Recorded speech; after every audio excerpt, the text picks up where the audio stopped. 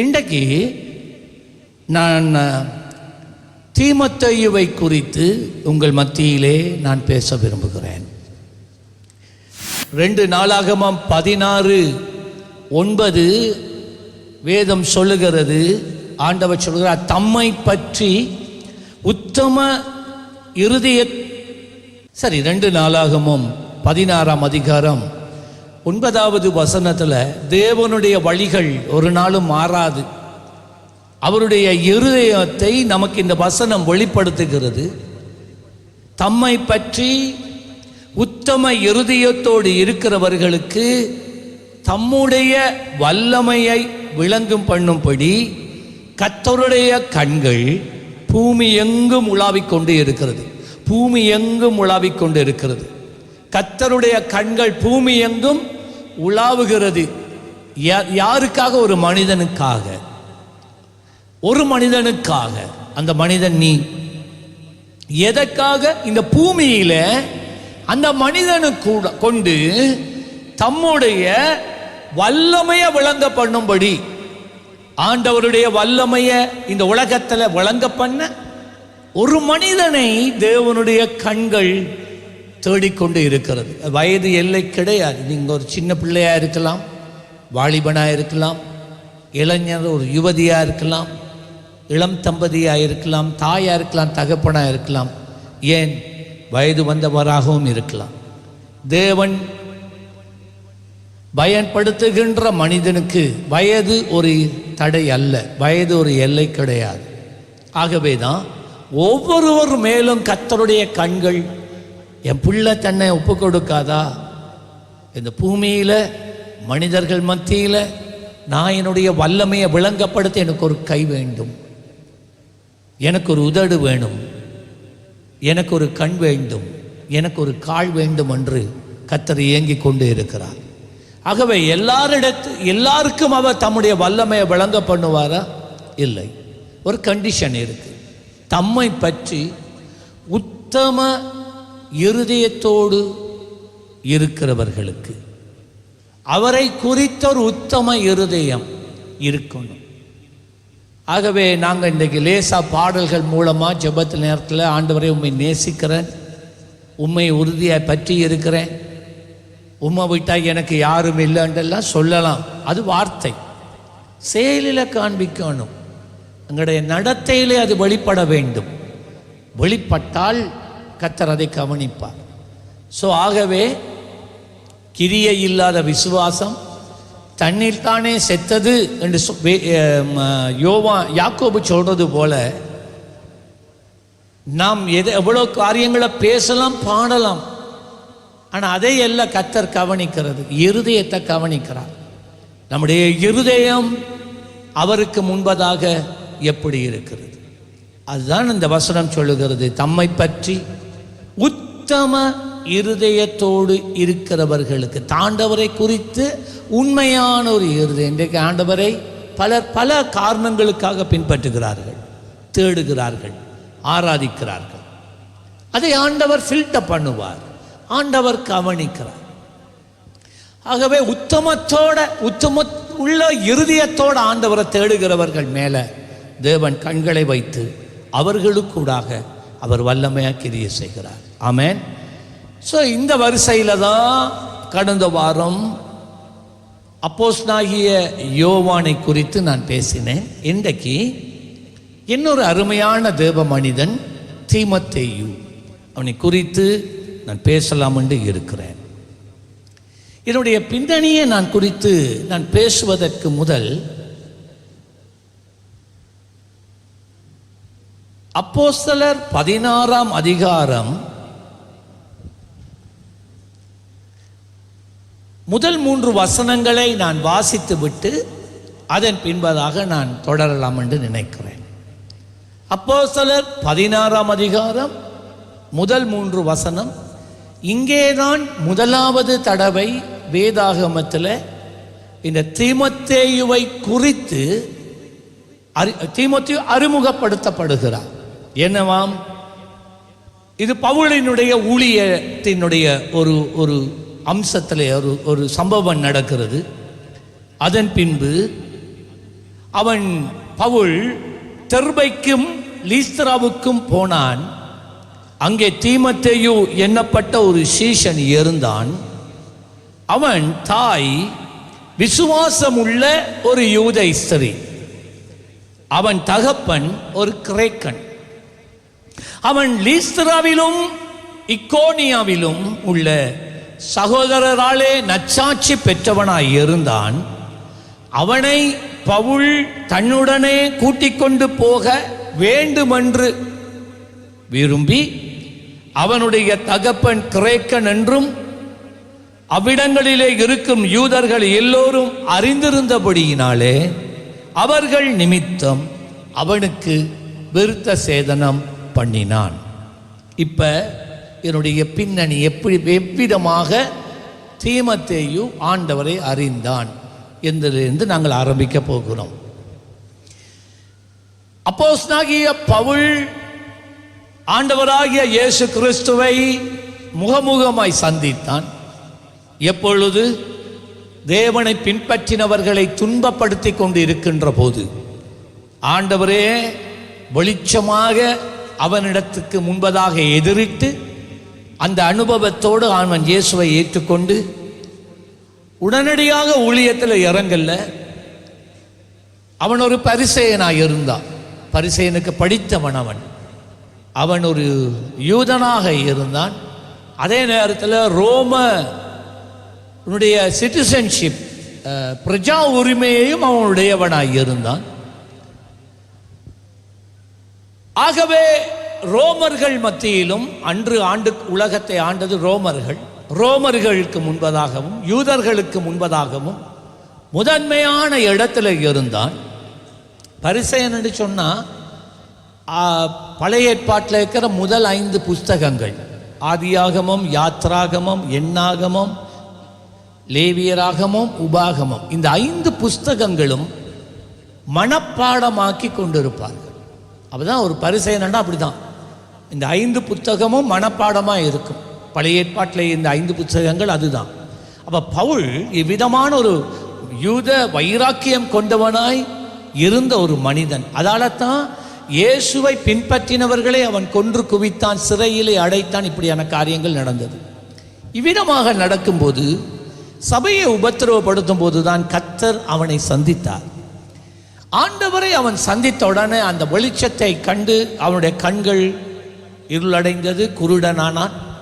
தேவன் இன்னொரு சீஷனை அனுப்பினார். நான் அடுத்த வாரம் பவுலை குறித்து பேசலாம் என்று இருக்கிறேன். கண்கள் அற்புதமான முறையிலே 3 நாட்களுக்கு பிறகு திறக்கப்படுகிறது. இப்போ பவுல் தேவனுக்கு தன்னுடைய வாழ்க்கையை அர்ப்பணித்து வனாந்தரத்தை, யூதா வனாந்தரத்தில் சிலர் சொல்கிறாங்க 4 வருஷம் உண்டு, சிலர் சொல்கிறாங்க 7 வருஷம் உண்டு, இன்னொரு சொல்கிறாங்க 14 வருஷம் உண்டு. அவன் எத்தனை வருஷம்னு சரியா தெரியா. அவன் வனாந்திரத்தில் போய் இருந்து அத்தனை வருஷமும் அவன் தேவனுடைய பாதத்திலே அமர்ந்திருக்கிறான்.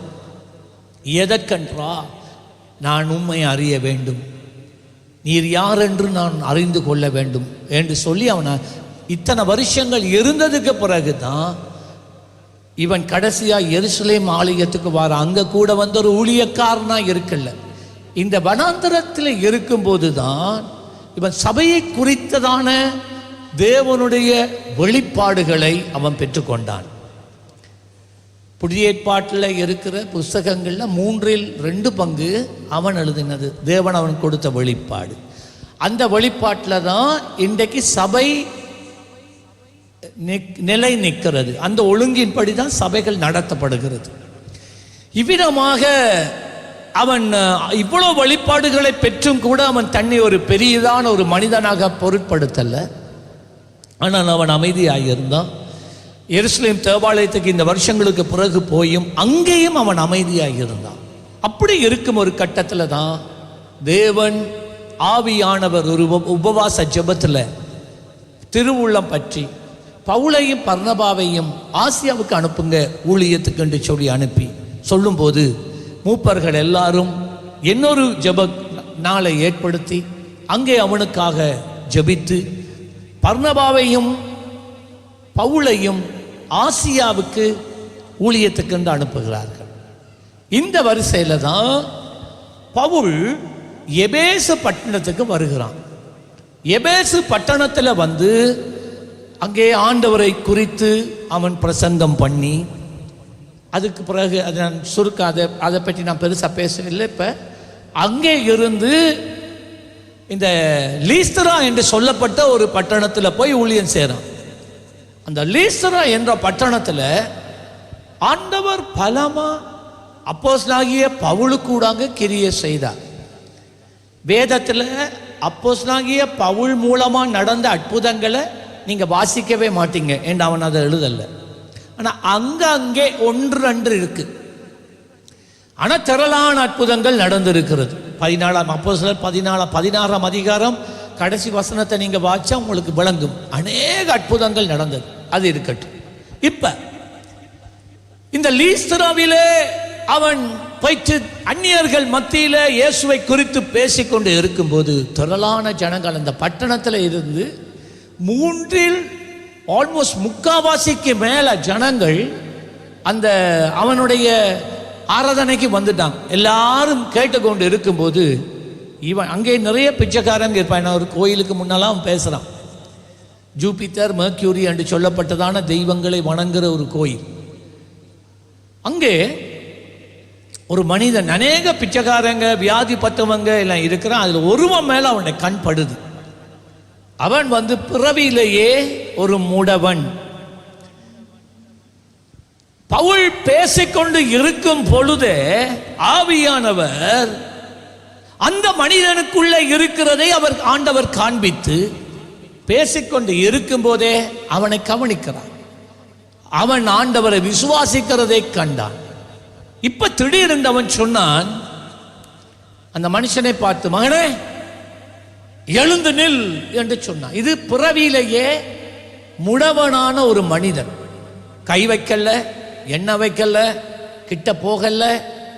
அவங்க பேசிக்கொண்டு இருக்கும் போதே வேதம் சொல்லுகிறது, அவன் உரத்த சத்தமாக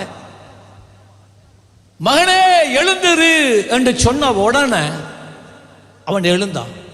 அற்புதம் அப்படியே சொல்ல அற்புதம் நடந்துட்டு, பெரிய ஆரவாரம், பெரிய ஒரு அசைவம் அங்கே உண்டாயிற்று. இதனுடைய பிரதிபலன் என்னண்டா, யூதர்கள் பவுலின் மேல மிகவும் பொறாமை கொண்டு இவனை உயிரோட வச்சிருக்க கூடாதுன்னு சொல்லி இவனை கல்லால் எறிந்து கொலை செய்றாங்க. கல்லால் எறிந்து கொலை செய்றாங்க. இப்ப லீஸ்திராவில இவன் ஊழியம் செய்து கொண்டு இருக்கும் போது தான் தீமோத்தேயுடைய அம்மாவும் அவங்களுடைய அம்மம்மாவும், அவங்க பக்தி உள்ள ஒரு தாயும் ஒரு அம்மம்மாவும் மகளும் தீமோத்தேயு ஒரு குழந்தை கொண்டு வராங்க. அவங்களுடைய அம்மாவும் ஆண்டவரை ஆகிய இயேசுவை ஏற்றுக்கொள்றாங்க. அந்த சூழல்ல தான் பவுல் கல்லால் எறிந்து கொலை செய்யப்படுகின்றான். ஆகவே இந்த யூதர்கள் அவன் செத்து போய்த்தான் என்று சொல்லி, உண்மையாகவே சரித்திர ஆராய்ச்சியாளர்கள் சொல்லுகிறார்கள் பவுல் செத்து போயிட்டான் என்று சொல்லி அவனை கொரண்டு இழுத்து பட்டணத்துக்கு வெளியே கொண்டு போய் அங்கே அவனை தூக்கி எறிஞ்சிட்டான். அவன் தூக்கி எறிந்த இடத்துக்கு அங்கே இருந்த சில விசுவாசிகள், ஒருவேளை ஆராய்ச்சியாளர்கள் சொல்றாங்க, இந்த தீமோத்தேயுடைய அம்மா இவங்க எல்லாரும், அதோட அநேகர் செத்து போன சரீரத்தை சுற்றி இருந்து இவங்க ஜெபிக்கிறாங்க. கொஞ்ச நேரமாக தேவன் திரும்பவும்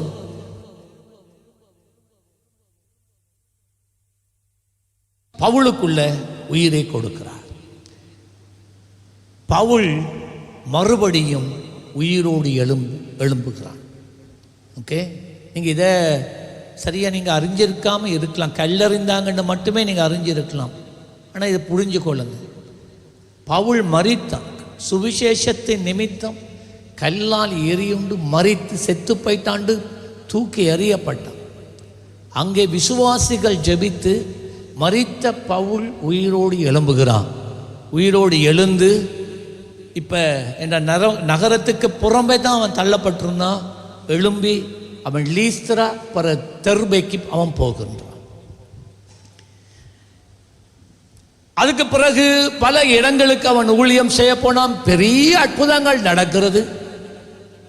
பிறகு எருசலேமுக்கு போய் திரும்ப இரண்டாவது தடவை பல காலங்களுக்கு பிறகு, பல வருஷங்களுக்கு பிறகு திரும்ப அப்போஸ்தலனாகிய பவுல் தெர்பே என்று சொல்லப்பட்ட பட்டணத்துக்கு வருகின்றான்.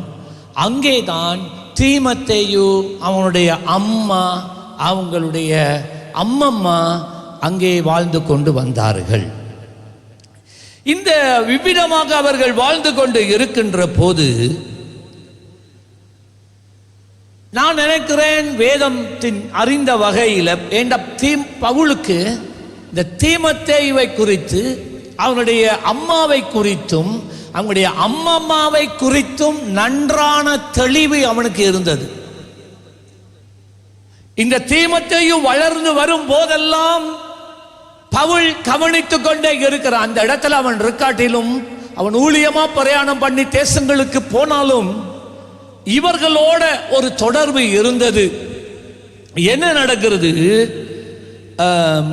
இப்ப தீமோத்தேயை குறித்து நான் சில காரியங்களை நான்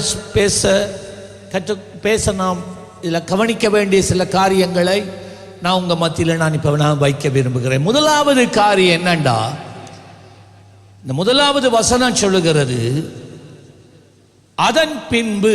என்ன, இது முக்கியம். இந்த அப்போஸ்தலர் நிருபத்தை எழுதினது பவுல் அல்ல, லூக்கா. லூக்கா ஒரு டாக்டர், ஒரு வைத்தியர். லூக்கா ஊழியத்துக்கு வந்தார். லூக்கா தான் இந்த அப்போஸ்தலர் நிருபம். லூக்கா எழுதின சுவிசேஷம், அப்போஸ்தலர் நிருபம், இதை எழுதினது அப்போஸ்தலர் நடவடிக்கைகள், எழுதினது லூக்கா. ஸோ தேவன் அவனுக்கு அந்த வரம் கொடுத்திருந்தார். இப்போ டாக்டர் அண்டா, நீங்கள் வைத்தியர் அண்டா, வைத்தியம் மட்டும் பார்த்துட்டு இருக்கிறல்ல, தேவன் உனக்கு வேறு அழைப்பும் வச்சிருக்கிறார். புத்தகங்களை எழுத கர்த்தர் உனக்கு மேலே உன் அபிஷேகத்தை வைத்திருப்பார், வேறு ஏதாவது வைத்திருப்பார். ஸோ ஆகவே ஒரு காரியத்திலேயே மட்டுமே நீங்கள் முடங்கி இருக்கக்கூடாது.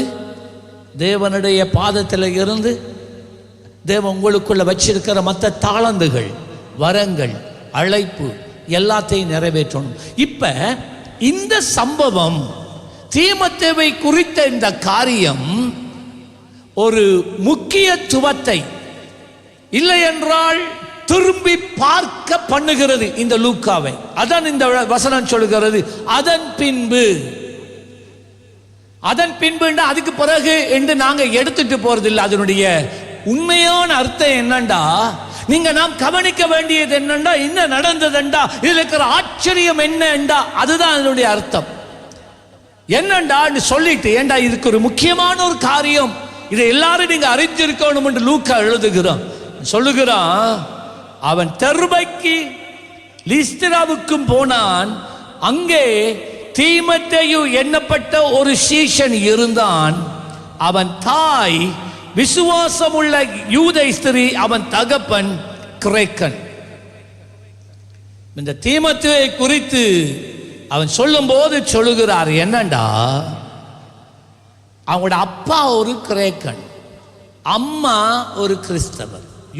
யூதவராயிருந்து இயேசுவை ஏற்றுக்கொண்ட, அவங்களோட அப்பா ஏற்றுக்கொள்ளல. இதுதான் முதலாவது காரியம். தீமோத்தேயு எப்படிப்பட்ட சூழ்நிலையிலிருந்து வளர்றாண்டா, ஒரு பெற்றோர் மாத்திரம் ஆண்டவரை சொந்த இரட்சகராக ஏற்றுக்கொண்ட ஒரு கஷ்டமான குடும்ப சூழலிலே தான் தீமோத்தேயு ஆண்டவருக்காக வளர்ந்து வந்தான். குடும்பத்தில் தாய் ரட்சிக்கப்பட்டு தகப்பன் ரட்சிக்கப்படாட்டி மிகவும் கஷ்டமாக இருக்கு.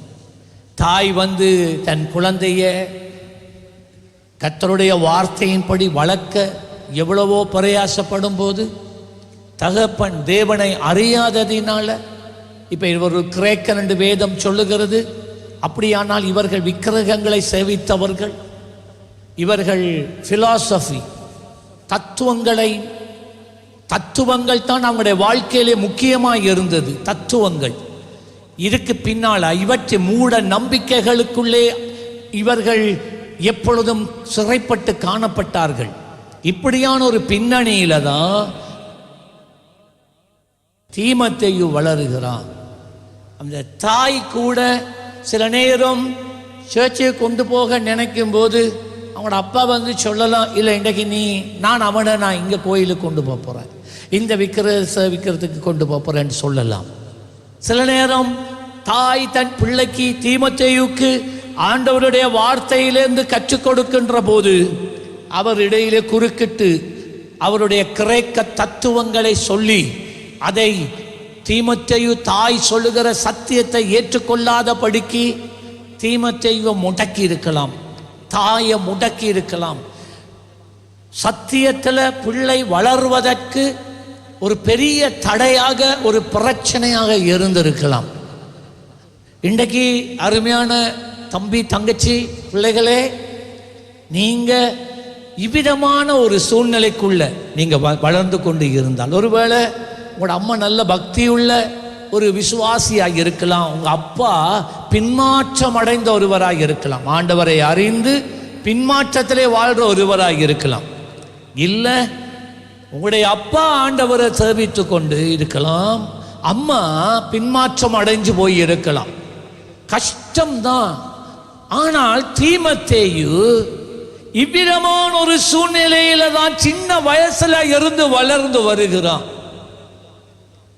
அவன் தன்னுடைய விசுவாசத்தை விட்டுவிடல. இந்த சூழலை அவன் அறிந்திருந்த இந்த சூழல் அவனை மேற்கொள்ளுவதற்கு அவன் இடம் கொடுக்கல.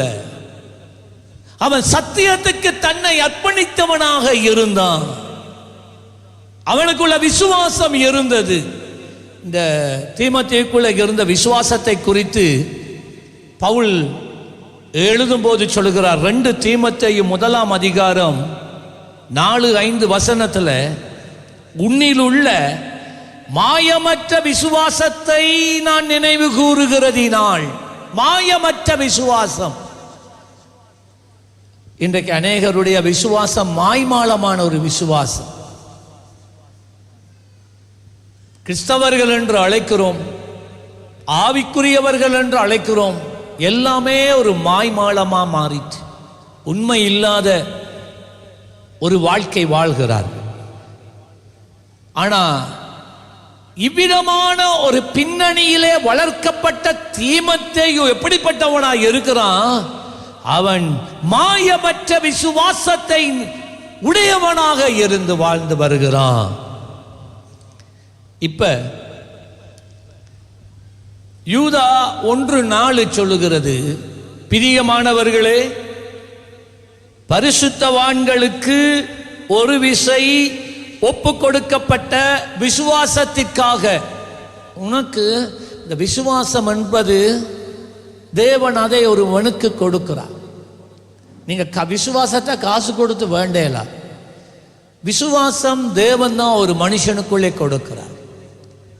அப்ப இன்றைக்கு உங்களுக்கு தேவன் மேல விசுவாசம் இருக்குண்டா அது ஒரு கிஃப்ட், அது ஒரு ஈவு, அது தேவன் உங்களுக்கு கொடுத்தது. அப்ப யூதா சொல்றான் என்னண்டா, பிரியமானவர்களே, பரிசுத்தவான்களுக்கு ஒரு விசை ஒப்பு கொடுக்கப்பட்ட விசுவாசத்திற்காக நீங்கள் தைரியமாய் போராட வேண்டும் என்று உங்களுக்கு எழுதி உணர்த்துவது எனக்கு அவசியமாய் இருக்கிறது. உங்கள் விசுவாசத்துக்காக நீங்க போராடணும். வேலை செய்யற இடத்துலயா இருக்கட்டும், நீங்க வளர்ந்து வருகிற சமுதாயமாய் இருக்கட்டும், உலகமாய் இருக்கட்டும். இந்த உலகம், சமுதாயம், வேலை செய்யற இடமா இருக்கலாம், படிக்கிற பாடசாலையா இருக்கலாம், எல்லாமே விக்கிரக ஆராதனையினால் ஆக்கிரமிக்கப்பட்டு இருக்கிறது. நீங்க எப்பக்கம் திரும்பினாலும் இயேசு கிறிஸ்துவை சுத்தமாக சுயாதீனமாக பின்பற்றுவதற்கு உங்களுக்கு சரியான போதுமான என்ன சொல்றது அனுமதி இல்லை. ஏனென்றால் நீங்கள் நெருக்கப்படுவீர்கள். அது எங்கேயும் சரி, நீங்க வேலை செய்கிற இடத்துல பலவந்தப்படுத்தப்படலாம். விக்கிரக காரியங்களை செய்கிறதுக்கு. ஆனால் நீங்கள் அதை எதிர்த்தா உங்களை வச்சு அவர்கள் அதிகமாக நெருக்குவார்கள். வேலை விட்டு போக பண்ணும் வரைக்கும் உங்களை பலவிதங்களில் நெருக்கி, உங்களை ஒடுக்கி, உங்களுடைய வரப்பிரசாதங்களை தடுத்து, இவ்விதமாக நீங்கள் போராட்டத்துக்குள்ளான ஒரு வாழ்க்கையில் நீங்கள் வாழ்ந்து கொண்டு இருக்கலாம். நம்ம அப்படி தான் வாழணும். இப்போ எல்லாமே சபையில் நல்லா போய்கொண்டிருந்தா சபையில் இருக்கிற விசுவாசி ஆண்டவரை நல்லா ஆராதிப்பாங்க, பின்பற்றுவாங்க. ஆனால் ஃபேஸ்புக்லேயோ மற்ற ஏதாவது காரியங்களில் என்ன சொல்கிறது, சோஷியல் மீடியாவில் பாஸ்டர் ரொஷானை பற்றி ஏதும் எழுதி போட்டா, இங்கே நடக்கிற அற்புதங்களை விமர்சித்து எழுதுனா கொஞ்சம் பேர் இருந்து நல்லா ஜெயிப்பாங்க. ஆனால் அநேகர், எனக்கு உங்களை யாருன்னு தெரியும், அநேகர் இப்படியான வந்தோடனே உங்களை அப்படியே தூரப்படுத்துவீங்க. தூரப்படுத்த எனக்கும் சீயோனுக்கும் எந்த ஒரு தொடர்பும் கிடையாது, எனக்கும் பாஸ்டர் ரொஷானுக்கும் தொடர்பு கிடையாது, அவர் யாரோ நான் யாரோ அப்படி சொல்லி போட்டு கொஞ்ச நாளைக்கு சேர்ச்சுக்கும் வராமல் திரிகிறது, சுற்றுறது. அந்த அவமானம் நமக்கு இயலாது, அதற்கு தாக்கு கொடுக்க முடியாது. அன்றைக்கு ஒரு சகோதரி என்னை சந்திக்க வந்தா, ஒரு வைத்தியர் மட்டக்களப்பில் இங்கே நடந்த ஒரு அற்புதத்தை பதிவேற்றின ஒரு அற்புதத்தை துண்டு துண்டாக எடுத்து அவர் எக்ஸ்பிளனேஷன் கொடுக்குறார். அதுக்கு யாருமே நாங்கள் அதுக்கு பதில் கொடுக்கறதில்லை. ஆனால் அநேகர் அதுக்கு சாதகமாக அவன் கமெண்ட் போடாமல் விசுவாசத்துக்காக நின்று கமெண்ட் போட்டுக்கிறாங்க. அது இருக்கட்டும், இதெல்லாம் நான் பார்க்குற ஆள் இல்லை. பழுகாமத்தில் நாங்கள் சுகமளிக்கும் ஆராதனை நடத்த போகிறோம்னு சொன்னோன்னே 5 நாளைக்கு முதல் நமக்கே அறிமுகமாகாத யாரோ எந்த படத்தை போட்டு ஃபேஸ்புக்கில் எங்கெல்லாம் போகாதீவன் மதம் மாற்ற வாரம் அச்சா புச்சான் என்று சொல்லி போட்டான். இதுக்காக என்ன நான் செய்யலாம், தடுக்கலாமா, என்ன செய்யலாம், ஒன்றும் செய்யலை. அப்போ ஒரு சகோதரி வந்து சொன்னா, மட்டக்களப்பு ஆஸ்பத்திரியில் இருக்கிற ஒரு டாக்டர், பேர் சொல்ல மாட்டேன், அவட பிரதர் தான் நான் பாஸ்டர்ண்டா. நான் சொன்னேன் அப்படியா, சரி. அவள் என்ன தெரியுமா சொன்னா, அவருக்கு ஒரே ஒரு மகள் தான் இருக்குது பாஸ்டர். ஆனால் அந்த மகளுக்கு ஒரு நாளைக்கு 2-3 தரம் ஃபிட்ஸ் வருது. அது அவர்களுடைய குடும்பத்தையே அப்படியே தாறுமாறாக்கி கொண்டு இருக்குன்னு சொன்னான். ஒரே ஒரு மகள், தகப்பன் வைத்தியர், இந்த வலிப்பிலே இருந்து அந்த மகளை குணமாக்க முடியல. எல்லாம் செய்து பார்த்தா, வைத்தியர்னா சும்மா இருப்பாங்களா? ஆனால் இவங்க கிறிஸ்துவை விமர்சிக்கிறவர்கள், இந்த சீயோனுக்கு எதிரானவர்கள். அவங்க எழுதுகிற காரியங்கள், அவர்கள் போடுற காரியங்களை காண்டுட்டு நான் போய் நமக்கு ஒன்றும் இல்லைன்ட்டு நீங்கள் ஓடி போகிறீங்க, ஒளிஞ்சு போகிறீங்க. ஆனால் ஒரு காரியத்தை மறக்க வேண்டாம், எனக்குள்ள ஒரு விசுவாசம் இருக்குது. ஒரு நாள் இதுக்கு நீங்கள் கைத்தட்ட தேவையில்லை யாரும். ஆனால் ஒரு நாள் அந்த வைத்தியர் அந்த மகளை இந்த இடத்துக்கு கொண்டு வருவார், கர்த்தர் சந்திப்பார், அந்த மகளுக்கு பரிபூர்ண விடுதலையை கொடுப்பார். எத்தனை பேர் விசுவாசிக்கிறீங்க? ஆமென். கர்த்தர் செய்வார். பவுல் அப்போஸ்தலன் சுவிசேஷத்தின் நிமித்தம் பொய்யாக குற்றச்சாட்டப்பட்டு சிறையில் அடைக்கப்பட்டான். உங்களுக்கு தெரியுமா என்ன நடந்ததுண்டு? எல்லாரும் பவுல் சுவிசேஷத்தின் நிமித்தம் தான் சிறையில் அடைக்கப்பட்டிருக்கிறான். அவனுக்கு மரண தண்டனை கொடுக்கப்பட்டிருக்கிறது. எல்லாருமே பவுலை விட்டு தூரம் போயிட்டாங்க. ஒருவனுமே வந்து சுகம் விசாரிக்க வரல பவுலுக்கு. தெரியுமா உங்களுக்கு? அது பவுல் சொல்றான், எனக்கு உதவி செய்ய ஒரு மனுஷன் இல்லடா. இத்தனை பேர் நன்மை பெற்றாங்க, இத்தனை பேர் ரட்சிக்கப்பட்டாங்க, இத்தனை சபைகள் நான் உருவாக்கினேன், நான் சிறையில் இருக்கிறேன், என்ன விசாரிக்க ஒருவனும் இல்லை. பவுலை சிறைச்சாலை நீதிமன்றத்தில் கொண்டு போறாங்க. அவன் சொன்னான், எனக்காக வாதாட ஒரு லாயர் இல்ல, ஒரு மனிதன் இல்ல, ஒரு விசுவாசி இல்ல, கர்த்தர் மாத்திரம் எனக்கு துணை நின்றார் என்று தீமோத்தேயுக்கு எழுதும் போது அவன் சொன்னான். ஆனா தீமோத்தேயு பவுலை விடல. அடிக்கடி தீமோத்தேயு சிறையில் போய் பவுலோட இருந்தான். நானும் வாரேன் பாஸ்டர். இவன் வித்தியாசமான ஒரு வாலிபன், இவன் வித்தியாசமான ஒரு பிள்ளை. அவன் விசுவாசத்துக்காக எந்த உயிர் போனாலும் பரவாயில்லண்டு விசுவாசத்துக்காக நிற்கிறவர்கள். இன்றைக்கு நீங்க எப்படி இருக்கிறீங்க? உங்களோட விசுவாசம் எதுல தங்கி இருக்கு? பேர் புகழ் அதுலையா? யாரும் அவமானப்படுத்தினா இயேசு வேணாமா, தரிசனம் வேணாம் என்று ஓடுறாக்கலாம். நீங்க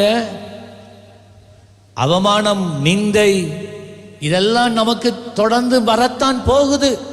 இதை கண்டு நாம நடுங்குறாங்களா? எங்களோட ஊழியத்தை நிறுத்த போறோமா? ஒரு நாளும் இல்லை. இது எல்லாம் பேக்கேஜில் இருக்கு.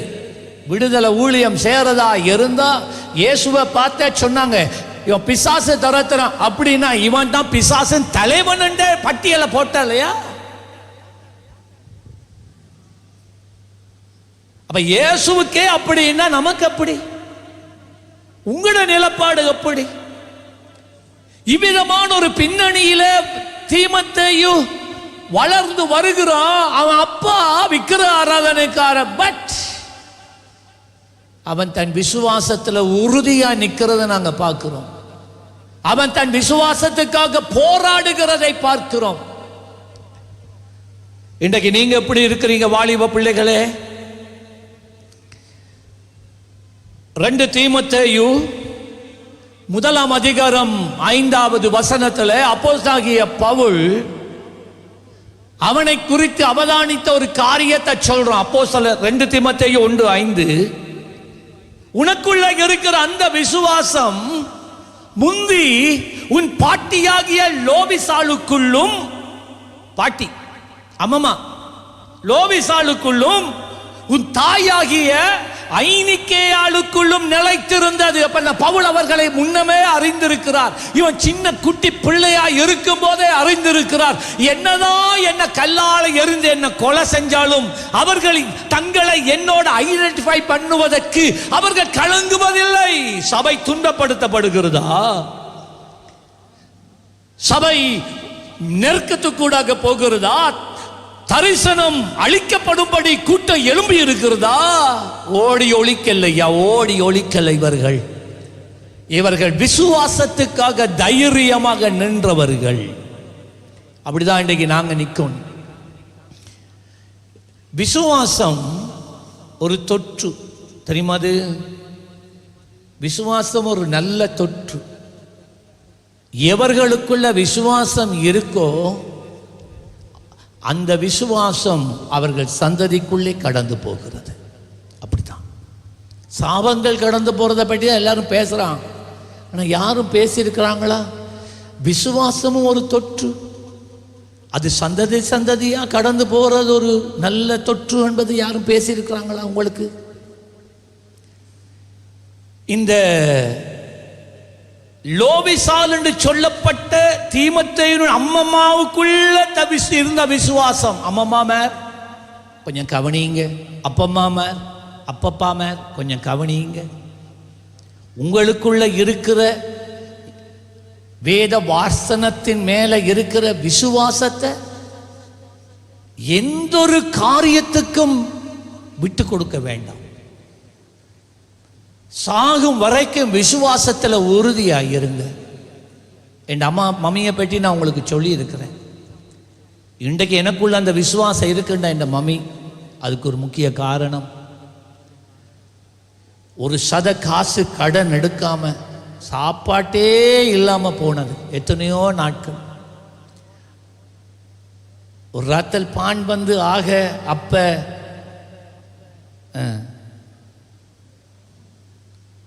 12% 13% அவ்வளோதான் ஒரு ராத்தல் பான். அந்த ஒரு ராத்தல் பான் பண்ணுறது கூட அந்த 13% புத்தகத்தை கொடுத்து கடன் எடுக்காதபடி தீர்மானம் பண்ணி பட்டினி இருந்தோம் ஐயா.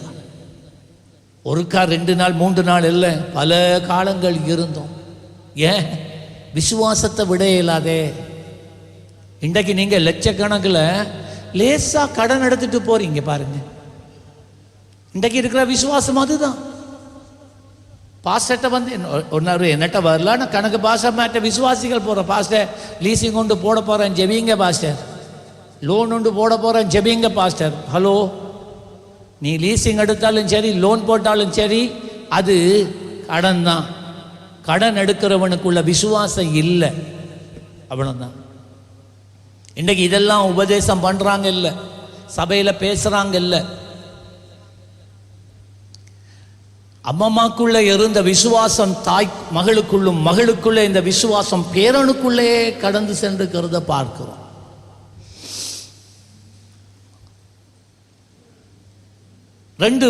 தீமோத்தேயு 3ஆம் அதிகாரம் 15ஆம் வசனத்தில் அப்போஸ்தலனாகிய பவுல் தீமோத்தேயுவை குறித்து தொடர்ந்து சொல்லும்போது சொல்லுகிறான். இப்போ நான் ஒரு மிகவும் முக்கியமான ஒரு காரியத்தை நான் உங்களுக்கு சொல்ல போகிறேன். கிறிஸ்து இயேசுவை பற்றும் விசுவாசத்தினாலே உன்னை ரட்சிப்புக்கு ஏற்ற ஞானம் உள்ளவனாக்கத்தக்க, நல்லா கேளுங்க, உன்னை ரட்சிப்புக்குள்ள நடத்தினது தேவனுடைய வார்த்தை. பரிசுத்த தேவ எழுத்துக்களை நீ எல்லாரும் வாசிங்க, என்னவா? சிறுவயது முதல் அறிந்தவன் என்று உனக்கு தெரியும். பாத்தீங்களா? தீமோத்தேயுக்குள்ள விசுவாசம் இருப்பதற்கு காரணம் வார்த்தை. நீங்க சர்ச்சுக்கு போறதுனால விசுவாசம் உண்டாகிறது இல்லை. நீங்க ஒரு அற்புதத்தை பெறுகிறதுனால விசுவாசம் உண்டாகிறது இல்லை. யாரோ ஒரு பாஸ்டர் என்ன வச்சு உங்களுக்கு ஜெபிக்கிறதுனால உங்களுக்கு விசுவாசம் உண்டாகிறது இல்லை. விசுவாசம் ஒரே ஒரு காரணியினால மாத்திரம்தான் எனக்குள்ள வர முடியும். அந்த காரணி என்னென்றால் தேவனுடைய வார்த்தை. வேதம் சொல்லுகிறது, விசுவாசம் கேள்வியினாலும். சொல்லுங்க, எதனால? கேள்வியினால். என்னத்தை கேட்கறதுனால? சினிமா பாட்டு கேட்கறதுனால பாஸ்டர், நாடகம் பார்க்கறதுனால பாஸ்டர், அரட்டை அடிக்கிறதுனால பாஸ்டர், அதாலயா வருது? இல்லையே. விசுவாசம் கேள்வியினாலும், என்னத்தை கேட்கறதுனால்? தேவ வசனத்தை கேட்கிறதினாலும் விசுவாசம் ஒருவனுக்குள் வருகிறது. எல்லாரும் வாசிங்க. விசுவாசம், சொல்லுங்க, விசுவாசம் கேள்வியினாலும் தேவனுடைய வசனத்தை கேட்கிறதினாலும் விசுவாசம் ஒருவனுக்குள்ள வருது. தேவனுடைய வசனத்தை கேட்கும் போது விசுவாசம் வருது. தேவ வசனம் பிரசங்கிக்கப்படுகிற நேரம் நீ நித்திர கொண்டா எங்க ஐயா விசுவாசம் வரும்?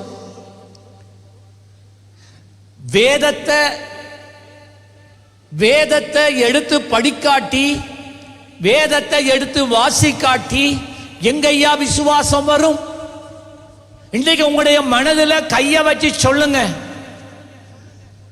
உண்மையா சொல்லுங்க, நீங்க வேதம் வாசிக்கிற பழக்கம் உங்களுக்கு இருக்கா? நீங்க உங்களுக்கு பதில் சொல்லுங்க, கை உயர்த்த வேணாம்.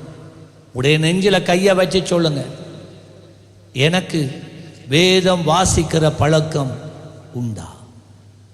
ஃபேஸ்புக் வாசிக்கிற பழக்கம் இருக்கு, நியூஸ் வாசிக்கிற பழக்கம் இருக்கு, அவன்ட கதை இவன்ட கதை வாசிக்கிற பழக்கம் இருக்கு, எல்லாம் வாசிக்கிறீங்க நீங்க. ஆனா என்ன தெரியுமா வாசிக்க வருதில்லை? எது எது? வேத வசனம் சொல்ல வருதில்லை. பாத்தீங்களா? அதே வருதில்லை சொல்றதுக்கு. என்ன விடுதில்லை? வேத வசனம். இன்றைக்கு இருக்கிற சபை வேதத்தை வாசிப்பதில்லை. சபை என்றால் கட்டடம் அல்ல, சபை என்பது விசுவாச கூட்டம். இன்றைக்கு இருக்கிற சபை வேதத்தை வாசிப்பதில்லை, வேதத்தை தியானிப்பதில்லை, வேதத்தை கேட்பது இல்லை, வேதத்தை பேசுவது இல்லை. அதால விசுவாசம் இல்லை. நீ தேவனுக்கு பிரியமாய் வாழணுமா? ஒரே ஒரு வழிதான் இருக்கு. காணிக்க கொடுக்கிறதுனால நீ தேவனுக்கு பிரியமாய் இருக்க முடியாது. பொய்யான கள்ள உபதேசம் அது. தேவனுக்கு பிரியமாக இருக்க ஒரே ஒரு வழி விசுவாசம். விசுவாசம் இல்லாமல் தேவனுக்கு, இதே வசனம் தெரியுது இல்லை பார்த்தீங்களா? இதைத்தான் நான் திருப்பி சொல்றேன். சபையே, உனக்கு வசனம் தெரியா, உனக்குள்ள வார்த்தை இல்லை. இன்றைக்கு வார்த்தை இல்லை, சபைக்குள்ள வார்த்தை இல்லை, வசனம் இல்லை. எல்லாம் இருக்கு, மற்றது எல்லாமே இருக்கு, வார்த்தை இல்லை, வசனம் வாசிக்கிறது இல்லை. விசுவாசம் இல்லாமல் தேவனுக்கு பிரியமாய் இருப்பது கூடாத. பாத்தீங்களா?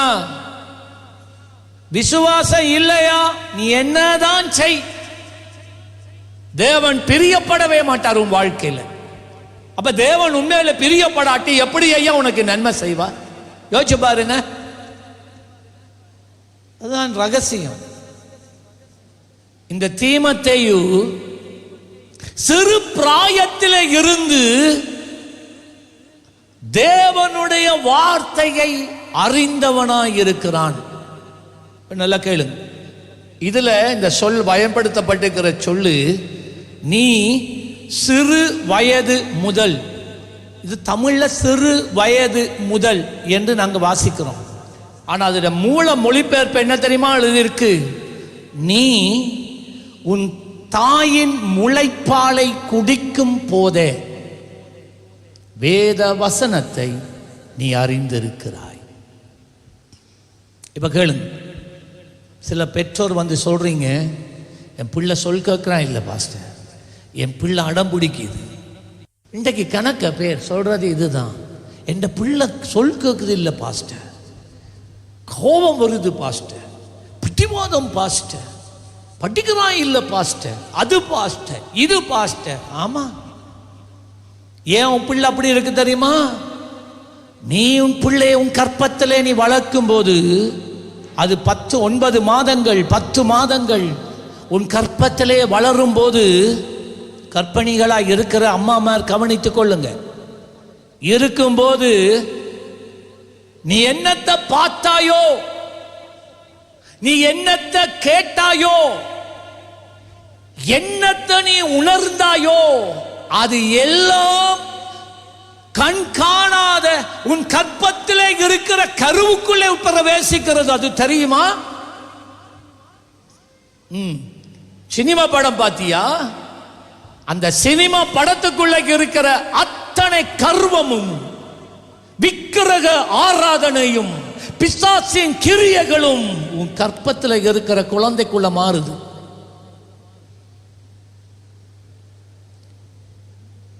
மடியில வச்சு நீ பால் ஊட்டுற உன் குழந்தைக்கு, என்னத்தை காட்டிக்கொண்டு ஊட்டுற நீ, என்னத்தை பேசிக்கொண்டு ஊட்டுற நீ.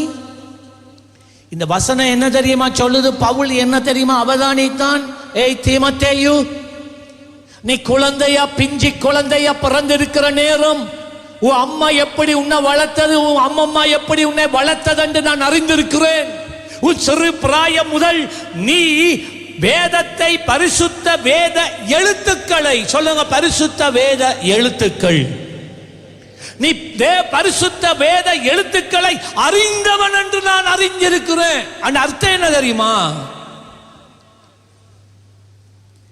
இந்த குழந்தையா, இந்த தீமோத்தேயு தன் தாயின் கற்பத்தில் இருக்கும் போது, அம்மா அப்பா ஒருவேளை அந்நியனாய் இருக்கலாம், இந்த தாய் தீமோத்தேயுட அம்மா வேதத்தை சத்தமா வாசிப்பா, வேதத்தை சத்தமா வாசிப்பா.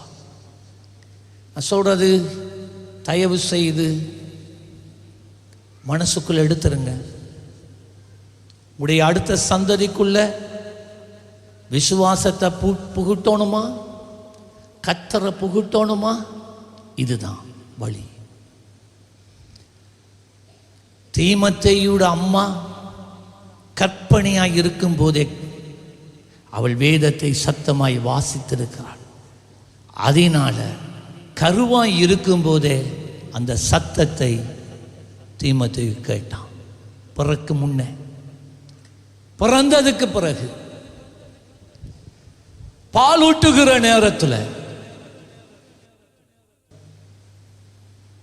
பாலூட்டுகிற நேரத்தில் அவள் ஒரு பக்கம் பால் ஊட்டுகிறாள், மறுபக்கம் வேதத்தை சத்தமாய் வாசிக்கிறாள். உங்களுக்கு தெரியும், நீங்கள் அம்மாட மார்பில் சாஞ்சிருந்து, நான் எனக்கு அது இன்னும் எனக்கு அது ஞாபகம் இருக்குது. மார்பில் சாஞ்சிருந்து சில நேரம் நீங்கள் நித்திரை கொண்டாலும் உங்களோட அம்மா யாரும் வந்து கதைச்சு கொண்டிருக்கிற நேரம் அந்த வைப்ரேஷன், எதிரொலி, உங்களோட அம்மா என்ன பேசுகிறான்னு உங்களுக்கு ஒரு வேளை விளங்காமல் இருக்கலாம். ஆனால் அம்மா பேசும்போது அந்த வைப்ரேஷன் நெஞ்சில் இருந்து உங்களோட காதுக்குள்ளே ஏறும். நான் பேசுகிறது எத்தனை பேருக்கு விளங்குது? பிள்ளைகளுக்கு விளங்குது? விளங்கலையா? இப்போ போய் நெஞ்சில், அம்மாட நெஞ்சில் கையை வச்சுப்பாரு, கண்ணில் காதை வச்சுப்பாரு. விளங்கிட்டா? உணர்வுகளை நீங்கள் காணலாம். சத்தம் பெருசாக கேட்கும், இருதய துடிப்பு பெருசாக கேட்கும். அதான் யோவானை பற்றி பார்க்கும்போது ஒரு விசித்திரமான ஒரு பிள்ளைன்னு பார்த்தனே, இயேசுவின் மார்பில் சாய்ந்திருந்த யோவான், அன்பான சீஷன் யோவான். அதான் அவன் இயேசுக்காக சாகும் வரைக்கும் வாழ்ந்தான். நல்லா விளங்கிக் கொள்ளுங்க. அவங்களோட அம்மா அவட வேலை நேரம் வந்தோடனே சில நேரம் அம்மம்மாக்கு கொடுப்பா, அம்மா தண்ட தாய்க்கு கொடுத்தோன்னே இப்ப தீமோத்தேயும் தன்னுடைய அம்மம்மாவோட கைக்கு போயிட்டான், மடிக்கு போயிட்டான், நெஞ்சுக்கு போயிட்டான். அவன் என்ன தெரியுமா செய்யறா? ஆராதனை பாடல பாடுறா, சினிமா பாடல் அல்ல. அவ பாட்டை போட்டுட்டு பாட்டை கேட்கல, இவ பாடுகிறா. வார்த்தை வார்த்தை வார்த்தை, கர்த்தருடைய வார்த்தை. ஃபாதர் பாட்டெல்லாம் நீங்க பாடுங்க, அது அவ்வளவு வேத வார்த்தை, வசனம். வேதத்தை அவள் வாசிக்கிறாள், மனப்பாடமாக்கிக் கொண்டு வசனங்களை அவள் பேசுகிறாள். இந்த குழந்தை நித்திரைதான், இல்லாட்டி இந்த குழந்தை அந்த அம்மம்மாவோட மடியில இருந்து விளையாடுது, உண்மைதான். ஆனால் இந்த குழந்தைக்குள்ளே பேசப்படுகிற வார்த்தை உள்ளே உட்பிரவேசிக்கிறது. அதனாலதான் வேதம் அப்போஸ்தலனாகிய பவுல் சொல்கிறார், நீ சிறு வயது முதல் உன்னை ரட்சிப்புக்கேற்ற ஞானவான்களாக்கத்தக்க பரிசுத்த வேத எழுத்துக்களை நீ சிறு வயது முதல் அறிந்தவன் என்று. அறிந்தவன் வேதத்தை வாசிக்க முதலே, படிக்க தெரியா, வாசிக்க தெரியா, அதுக்கு முதலே வேதத்தை அவன் அறிஞ்சிட்டான். தயவு செய்து என்னத்தை நீங்க விட்டாலும் இந்த நல்ல ஆலோசனையை உங்களுக்குள்ள எடுத்துருங்க. எத்தனை பேருக்கு இது உபயோகமா இருக்கு?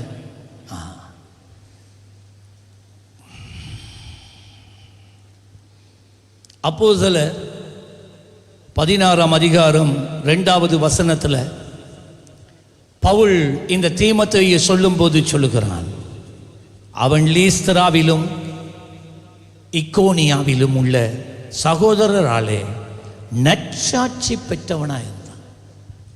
யாரால நற்சாட்சி என்றால், ஆவிக்குரிய தலைவர்கள் அவனுக்கு குறித்து நற்சாட்சி, சபையில் இருந்த பெரியோர்கள் அவனை பார்த்து நற்சாட்சி. இன்னைக்கு உங்களை குறித்து நற்சாட்சி சபையில் இருக்கா? சபையில் இருக்கிற தலைவர்கள் மத்தியில் ஒரு நற்சாட்சி இருக்கா? எந்த பாஸ்டரும் உங்களை பார்த்து இவன் நல்ல பிள்ளை, அருமையான பிள்ளை, இவன் நன்றா ஜெபிக்கிறவன், பேர் வந்திருக்க உங்களுக்கு அப்படி? இவனுக்குள்ள ஒரு விசேஷித்த ஆவி இருக்குன்னு சொல்லியிருக்கிறாங்களா? யோசேப்பை பார்த்து சொன்னாங்க, இவனுக்குள்ள ஒரு விசேஷித்த ஆவி என்று மற்றவங்க கண்டு சொன்னாங்க. தானியேலுக்குள்ள விசேஷித்த ஆவி உடையவன் அவன் என்று சொன்னாங்க. இன்றைக்கு உங்களை குறித்து என்ன வருது? இந்த நல்ல சாட்சி வருதா? தீமோத்தேயை குறித்து நல்ல சாட்சி ஆவிக்குரிய தலைவர்களால் அவன் வாழ்ந்த பிரதேசத்திலே, பட்டணத்திலே, மாகாணத்திலேயே அவனுக்கு இருந்தது. இன்றைக்கு உங்களை குறித்து வருகிற நற்சாட்சி என்ன?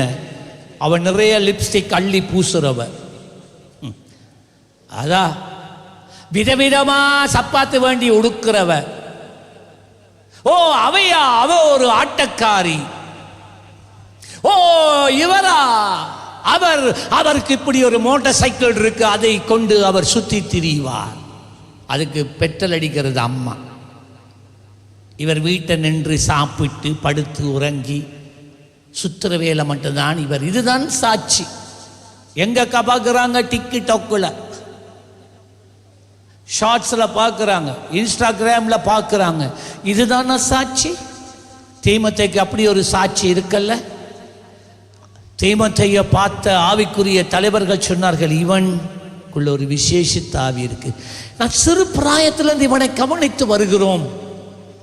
இவன் அடக்க ஒடுக்கம் உள்ளவன், இவனுக்குள்ள தேவ பக்தி இருக்கு, அம்மாட சொல்ல தட்டாதவன், ஆவிக்குரிய ஆலோசனைக்கு எப்பொழுதும் முக்கியத்துவம் கொடுக்கிறவன். இதுதான் அவனை குறித்திருந்த சாட்சி. வாலிப பிள்ளைகள் மனசுல எடுத்துக்கொள்ளுங்க. சரி, ஒரு நாள் வருது. இப்ப இவன் ரட்சிக்கப்பட்டு பல காலம்.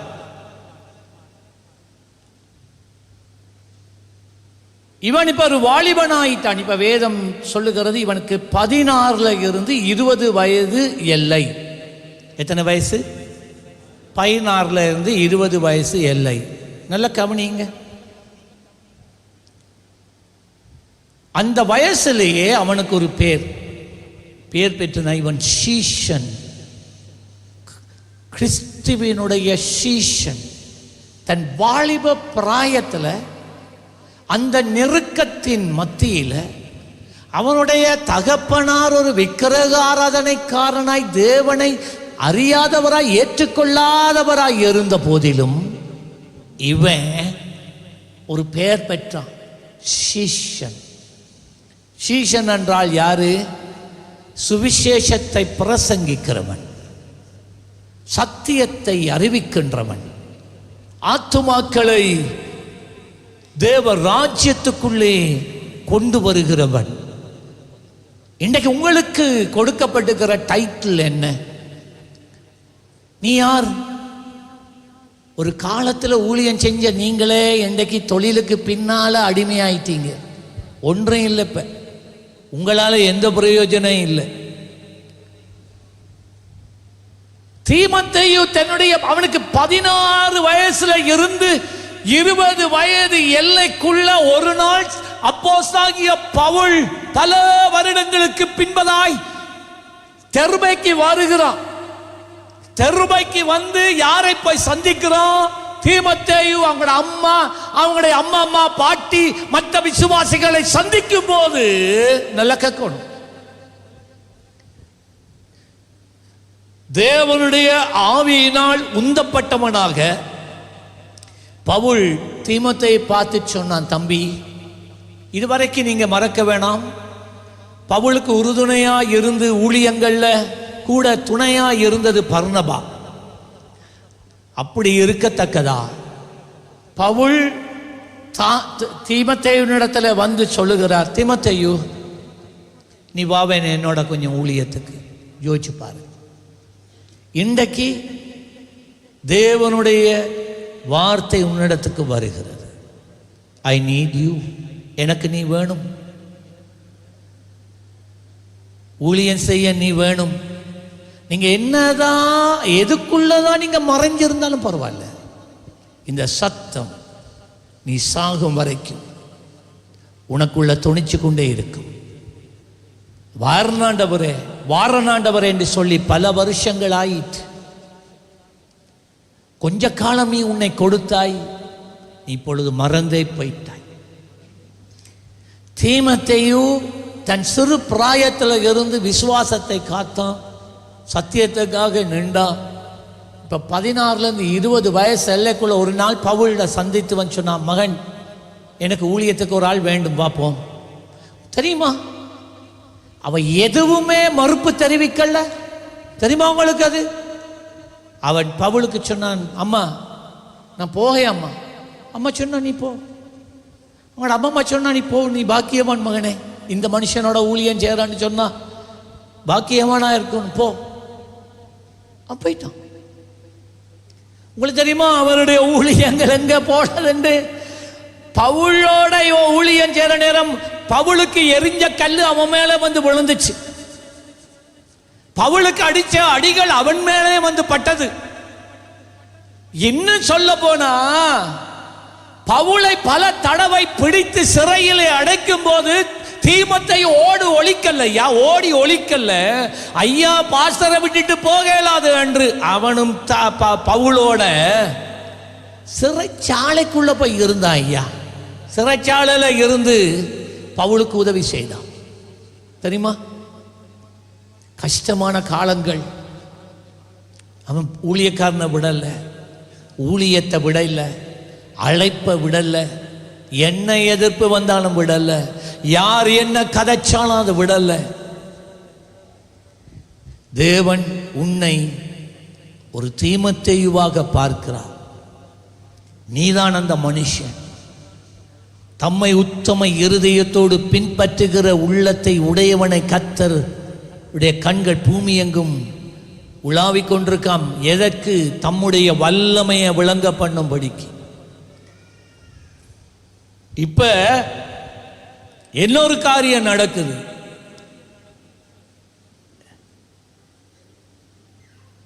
தீமோத்தேயுனுடைய அம்மா ஒரு யூதப்பெண், தீமோத்தேயுனுடைய அப்பா ஒரு கிரேக்கன். சரியா? யூத பாரம்பரியத்தின்படி ஒரு குழந்தை பிறந்து 12வது நாள் விருத்த சேதனம் பண்ணப்பட வேண்டும். அது நியதி. இந்த தாய் எவ்வளவுதான் ஏங்கினாலும் தகப்பம் விடல. அதெல்லாம் தேவையில்ல, எந்த பிள்ளைக்கு அதெல்லாம் தேவையில்ல.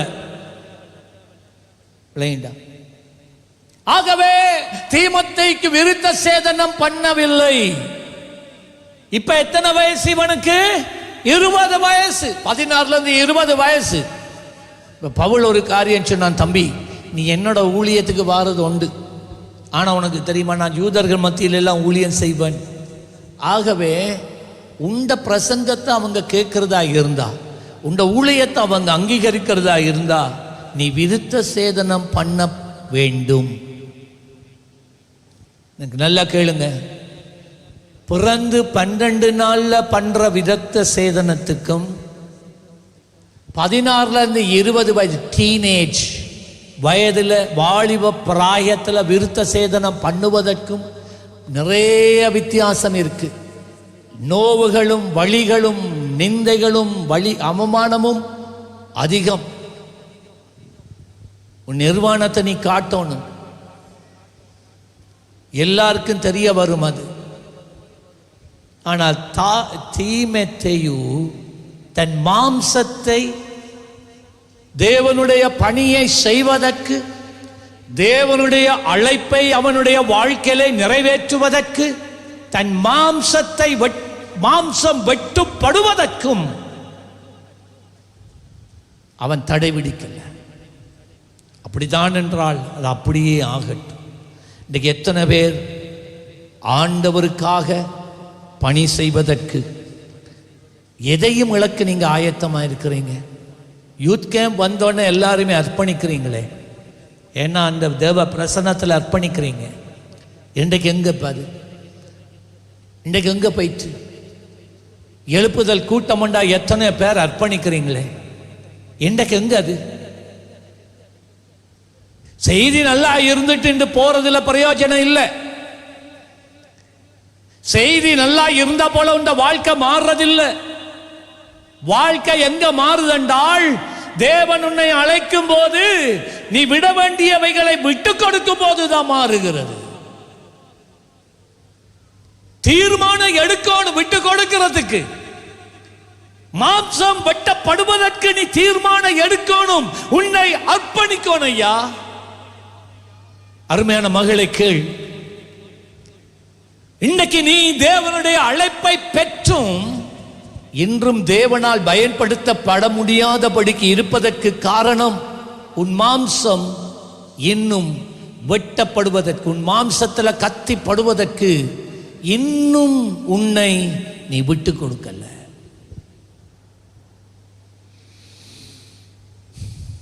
பிலிப்பியர் 2ஆம் அதிகாரம் 19ல இருந்து 22 வசனம் வரையில இவன் கொஞ்ச காலங்கள் பல வருஷங்கள் பவுலோடே தெரிந்தான். கடைசியா நல்ல கேளுங்க, கடைசியா பவுல் அப்போஸ்தலன் உருவாக்கின ஆலயம் எபேசு பட்டணத்தில் இருந்த தேவாலயம், அதான் வெளிப்படுத்தல் விசேஷத்தில் கூட நீங்க ஆண்டவர் எபேசு சபையை குறித்தும் அவர் எழுதுகிறார். அது முக்கியமான ஒரு சபை. அப்போஸ்தலனாகிய பவுல் ஸ்தாபித்த சபைகள் தான் இந்த சபைகள், 7 சபைகள். அதில் ஒன்று எபேசு சபை. பிரியமானவர்களே நல்லா கேளுங்க, தீமோத்தேயு முன்வைத்த கால ஒரு நாளும் எந்த சந்தர்ப்பத்திலும் பின்னுக்கு வைச்சதே இல்லை. 16 இருந்து 20 வயசுக்குள்ள முழு நேர ஊழியத்துக்கு தன்னை அர்ப்பணித்து வந்தான். 30 வயதாகிற நேரத்தில் அவன் சபையிலே எபேசு சபைய பவுல் அப்போஸ்தலன் தீமோத்தேயுடைய கையிலே அர்ப்பணித்தார். மகனே யாரும் இல்லை, மகனே இந்த ஊழியத்தை நடத்த யாரும் இல்லை, நான் தான் சிறையில இருக்கிறேன். நான் இருந்த காலங்களில் சபை நல்லா வளர்ந்தது, ஆனா இப்ப நான் வந்துட்டேன், நான் சிறையில இருக்கிறேன். என்ன போல பேச, என்ன போல வார்த்தையை சுத்தமா கொடுக்க யாரும் இல்லையா, நீ ஒருவன் தான் இருக்கிறாய், போவியா? போனா தீமோத்தேயு போனா. உங்களுக்கு தெரியுமா? நல்லா கேளுங்க. தன்னுடைய 16 20 வயசுல ஊழியத்துக்கு அர்ப்பணிச்சானா, 80 வயது வரைக்கும், 80 வயசுல அவன் இரத்த சாட்சியா மரிக்கிறான். அது வரைக்கும் அவனுக்கு கொடுக்கப்பட்ட எபேசு சபைக்கு போதகராக அவன் இருந்தான். எவ்வளவு உண்மையும் உத்தமும் உள்ளவன் என்று பாருங்க. இன்றைக்கு உங்களுக்கு கொடுக்கப்படுகிற ஊழியங்கள் தொடர்ந்து செய்யப்படுகிறதா? இல்லாட்டி வாழ்க்கையில் உங்களுக்கு சாதகமாக தீர்மானங்களை எடுத்து போகிற நேரம் ஊழியத்துக்கு முக்கியத்துவம் கொடுக்காம, அழைப்புக்கு முக்கியத்துவம் கொடுக்காம, தேவன் உங்களை நம்பி கையில் கொடுத்ததை தூக்கி எரிஞ்சிட்டு மறந்துட்டு உங்களோட வாழ்க்கையை வாழ்ந்துட்டே நீங்க போறீங்களா? எப்படி இருக்கிறீங்க? தீமோத்தேயு தன் சிறு பிராயத்தில் தேவனுடைய அழைப்புக்கு தன்னை ஒப்பு கொடுத்தான். அந்த நாளில் இருந்து ஒரு நாளும் ஊழியத்தில் மிகுந்த நெருக்கங்கள் வந்தது. அப்படி இருந்தும் அவன் பின்னிட்டு திரும்பி பார்க்கவே இல்லை. பிலிப்பியர் 2ஆம் அதிகாரம் 19 முதல் 22 வசனத்தில் அப்போஸ்தலனாகிய பவுல் தீமோத்தேயு குறித்து சொல்லும் போது சொன்னான், அன்றியும் நான் உங்கள் செய்திகளை அறிந்து மனத்தேறுதல் அடையும்படிக்கு சீக்கிரமாய், இதை எபேசுக்கு சொல்றான், தீமோத்தேயுவை உங்களிடத்தில் அனுப்பலாம் என்று கர்த்தராகிய இயேசு கிறிஸ்துவுக்குள் நம்பியிருக்கிறேன். அது என்னவென்றால், உங்கள் காரியங்களை உண்மையாய் விசாரிக்கிறதற்கு என்னை போல மனதுள்ளவன் அவனே அல்லாமல் வேறொருவனும் இல்லை. யோசிச்சு பாருங்க, பவுல் என்ன தெரியுமா சொன்னாங்க அர்த்தம்? நான் வாரதும் சரி, தீமோத்தேயு வாரதும் சரி. நான் எப்படி பேசுவேனோ அப்படித்தான் தீமோத்தேயு பேசுவான். நான் எப்படி ஆவியிலே வழிநடத்தப்படுவேனோ அப்படித்தான் தீமோத்தேயும் ஆவியிலே வழிநடத்தப்படுகிறான். நான் எப்படி வேதத்தை பிட்டு கொடுக்கிறேனோ, எப்படி நான் பேசுறேனோ அப்படித்தான் தீமோத்தேயும் பேசுகிறான். என்னொரு விதத்தில் பார்த்தா அவன் எந்த உருவமைப்போட இருக்கிறான், என்ன போலவே இருக்கிறான். பாருங்க, உங்கள் காரியங்களை உண்மையாய் விசாரிக்கிறதுக்கு என்னை போல மனதுள்ளவன் அவனை அன்றி வேறொருவனிடத்திலும் என்னிடத்தில் இல்லை. இன்றைக்கு இருக்கிற வாலிப பிள்ளைகள் பாசரை கண்டா 100 அடிக்கு அங்கால ஒழிக்கிறது. என்ன பாசர் பூதமா? ஏன் ஒழிக்கிறாங்க தெரியுமா? அவரோட ஜெபிக்க இயலாது. அவர் கண்டா ஜெபிக்க கூப்பிடுவார், அவர் கண்டா உபவாசத்துக்கு வர கூப்பிடுவார், அவர் கண்டா ஊழியத்துக்கு வர கூப்பிடுவார். ஆகவே ஓடி ஒளிச்சிடுறது எங்கன்னாலும் இந்த பரமரங்களுக்குள்ள. தீமோத்தேயு அப்படி இருக்கல்ல. நாங்கள் வளர்ந்து வரும்போது நாங்கள் அப்படி இருக்கல்ல. நாங்கள் இம்மண்ணாவோடையே சுற்றி சுற்றி இருப்போம், அவரோடையே இருப்போம். மற்றவர்கள் எல்லோரும் கிறிஸ்து இயேசுவுக்குரியவைகளை தேடாமல், இன்றைக்கு இருக்கிற பல ஊழியர்கள் அன்றும் இருந்தார்கள். இந்த ஊழியர்கள் கிறிஸ்துவுக்குரியவைகளை தேடாமல் தங்களுக்குரியவைகளையே தேடுகிறார்கள். இன்றைக்கு நீங்க ஏன் ஆண்டவரை தேடுறீங்க? ஏன் ஆராதிக்கிறீங்க? ஏன் ஜெபிக்கிறீங்க? ஏன்? நீங்க ஐஸ்வர்யவான் ஆகிறதுக்கா? உயர்வு வருவதற்கா? பிள்ளைகள் டெஸ்ட் பாஸ் பண்ணணுன்றதுக்கா? எதுக்கு? அப்படி என்று சொன்னா நாங்க எங்களுக்குரியவைகளைத்தான் தேடுறோம். கல்யாணம் உண்டு வந்தா அது நீ அவிசுவாசம் என்றாலும் சரி, தேவ சித்தம் இல்லாண்டாலும் பரவாயில்ல, பணத்துக்காக ஐஸ்வர்யத்துக்காக கிறிஸ்துவையே விசுவாசத்தையே மறுதளித்து போய் இன்றைக்கு திருமணத்துக்குள்ள நீங்க போறீங்களே, எதற்காக? கிறிஸ்துவுக்காகவா இல்லை உனக்காகவா? மற்றவர்கள் எல்லோரும் கிறிஸ்து இயேசுவுக்குரியவைகளை தேடாமல் தங்களுக்குரியவைகளையே தேடுகிறார்கள். ஆனால் தீமோத்தேயுவை குறித்து சொல்லும் போது சொல்லுகிறார் 22ஆம் வசனத்துல, தகப்பனுக்கு பிள்ளை ஊழியம் செய்வது போல, தகப்பனுக்கு பிள்ளை ஊழியம் செய்வது போல அவன் என்னுடனே கூட சுவிசேஷத்தின் நிமித்தம், ஐயா சுவிசேஷத்தின் நிமித்தம் ஊழியம் செய்தான் என்று அவனுடைய உத்தம குணத்தை அறிந்திருக்கிறீர்கள். எல்லாருக்கும் அது தெரியும், எல்லாருக்கும் அது தெரியும். பாஸ்டர் ஒரு லெட்டர் எடுக்கிறதுக்காகவா சர்ச்சுக்கு வாரீங்க? சொல்லுங்களேன். சபையிலிருந்து ஒரு லெட்டர் எடுக்கிறதுக்கா? அதெல்லாம் ஆக வேண்டியதெல்லாம் ஆகின உடனே எஸ்கேப் ஆகிறதுக்கா நீங்க நிற்கிறீங்க? நீங்க உண்மையானக்கள் அல்ல, நீ உத்தமன் அல்ல. கடைசியா 1 தீமோத்தேயு 1:4, நான் மக்கெதோனியாவுக்கு போகும்போது உன்னை எபேசு பட்டணத்தில் இருக்க வேண்டிக் கொண்டபடியே செய்வாயாக என்று சொன்னதுபடி எப்பொழுது எபேசு பட்டணத்திலே பவுல் ஆரம்பித்த ஊழியத்தை தீமோத்தேயுவுக்கு பவுல் பாரப்படுத்தினானோ அன்றைய நாளிலே இருந்து அவன் சாகும் நாள் 80 வயசு வரைக்கும் அவன் இரத்த சாட்சியாக மரிச்சான். அது வரைக்கும் அந்த எபேசு சபையினுடைய சிரேஷ்ட மெய்ப்பனாக இருந்தது மாத்திரமல்ல, அநேக ஊழியர்களை சீஷர்களை உருவாக்கினவனும் அநேக பிராந்தியங்களுக்குள்ளே சபைகளை நிறுவின ஒரு தேவ மனுஷனுமாய் இருந்தான். கடைசியா 2 தீமோத்தேயு 1:7 சொல்லுகிறது, இந்த தீமோத்தேயுக்குள்ள ஒரு சுபாவம் மாத்திரம் காணப்பட்டது. அது என்ன? பயந்த சுபாவம், பயம் உள்ள சுபாவம், எதிர்ப்புகளுக்கு முகம் கொடுக்க முடியாத ஒரு சுபாவம். யாராயிலும் பேசினா, எதிராக பேசினா, விமர்சனங்கள் பண்ணினா அதுக்கு முகம் கொடுக்கிறதுக்கு தைரியம் இல்லை. பயந்து போகிற ஒரு சுபாவம். யாரும் அதட்டினா பயந்துருவான், நிற்க அவனுக்கு பலன் இல்லை.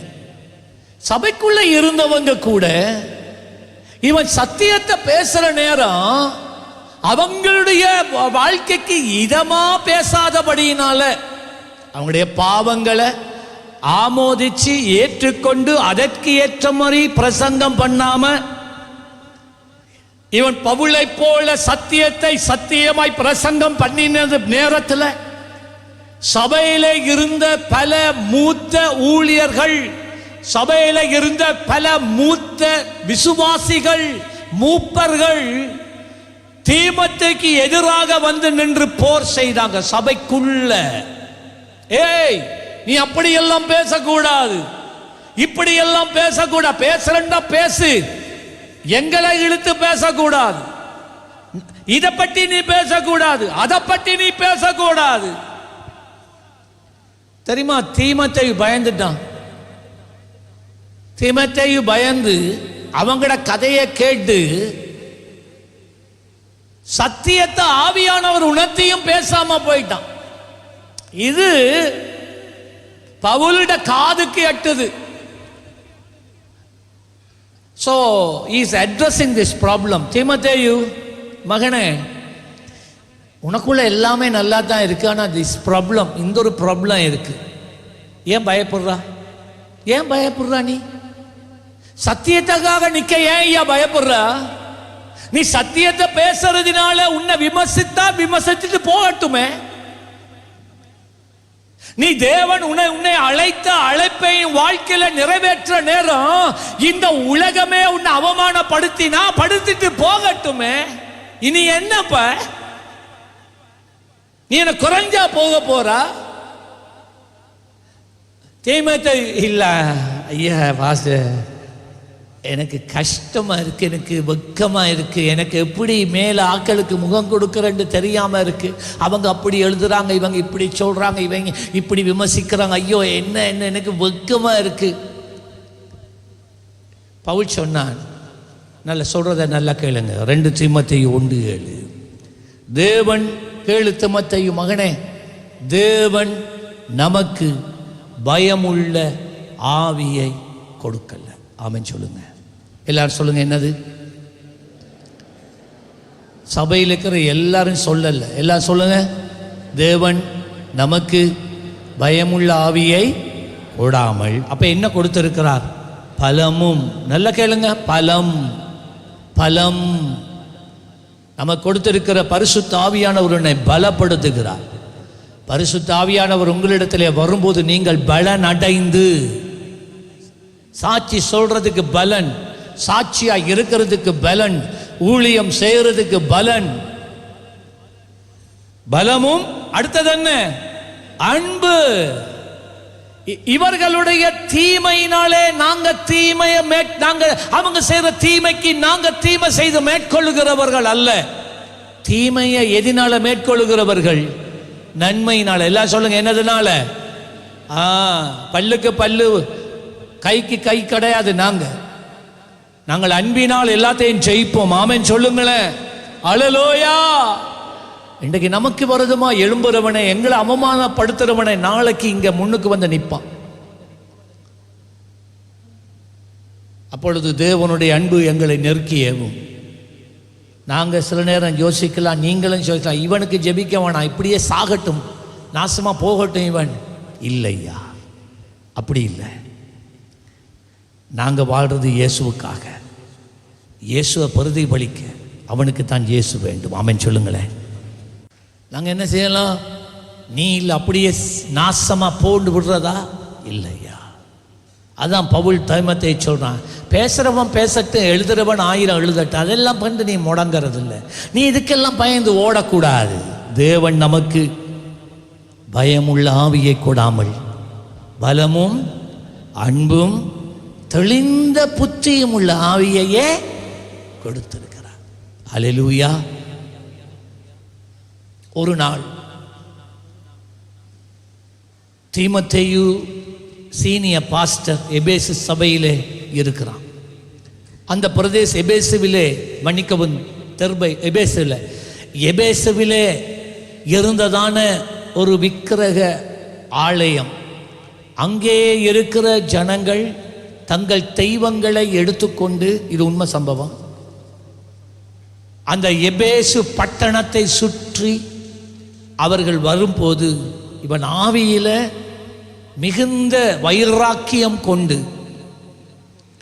அவன் இறங்கி போய் அத்தனை ஜனங்களுக்கு முன்பதாக நின்று ஆண்டவராகிய இயேசு கிறிஸ்துவே கர்த்தர் என்று சொல்லி சிலுவையில் அறையப்பட்ட இயேசுவை குறித்து அவன் பிரசங்கம் பண்ணி கொண்டு இருக்கும் போது அந்த ஜனங்கள், அந்த பூஜை நடத்துகிறவர்கள், அவர்களோடு இருந்த ஜனங்கள் கல்லெடுத்து தீமோத்தேயுவை கல்லால் எறிந்து அத்தனை ஜனங்களுக்கு முன்பதாக அவனை கொலை செய்தார்கள். 80 வயசுல இரத்த சாட்சியாக எபேசு பட்டணம், சபைக்குள்ள பட்டணத்தில் சாட்சியாக, இயேசு கிறிஸ்துவுக்கு சாட்சியாக இந்த தீமோத்தேயு தன் ஜீவனை நடு ரோட்டில், சிட்டி சென்டர், பட்டணத்தின் மைய புள்ளியில் அவன் இயேசுவுக்கு தன் ஜீவனை ஒப்பு கொடுத்தார். வாலிப பிராயத்தில் தேவனுடைய கண்கள் அவன் சின்னனாய் இருக்கும்போதே அவன் மேலே இருந்தது. இவன் வளர்ந்து வரும்போது அவன் மேலே இருந்தது. வாலிப பிராயம் வந்தபோது எனக்கு நீ வேண்டும் என்று சொன்னார். உன்னை கொண்டு நான் பலத்த காரியம் செய்ய போகிறேன் என்றார். அவன் தன்னை அர்ப்பணித்தான். அவனுடைய மாம்சத்திலே கத்திப்பட விட்டு கொடுத்தான். தேவன் உயர்த்தினார், தேவன் பயன்படுத்தினார். பல இன்னல்கள், நெருக்கங்கள், உபத்திரவங்கள், போராட்டங்கள், நஷ்டங்கள், இழப்புகள் வந்தாலும் அவன் கர்த்தராகிய இயேசுவை விடவில்லை. அவனுக்குள்ளே இருந்த விசுவாசத்துக்காக அவன் போராடினான். கடைசியாக இரத்த சாட்சியாக மரித்து தேவனுக்கு மகிமையை கொண்டு வந்தான். நல்ல கையை தட்டி ஊழியர்கள் எல்லாரும் முன்னுக்குவாங்க. உங்க நாமம் உயரணும், இன்று மேன்மை அடையணும், பாடுவே பாடுவோம் அல்லேலூயா. சரியான பிச்சா, சரியான பிச்சுவா.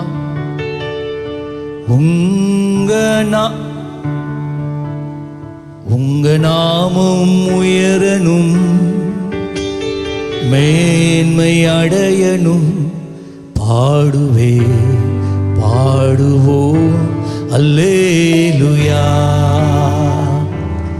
உங்க நாமம் உயரணும், மேன்மை அடையணும், பாடுவே பாடுவோம் அல்லேலூயா. பெருங்காற்று அடங்கி போகும், எக்கடலும் வழி திறக்கும், உங்க நாமம் உயர்த்தும் போது கண்மலையும் கரைந்து போகும். ஓ எஸ் லார்ட்,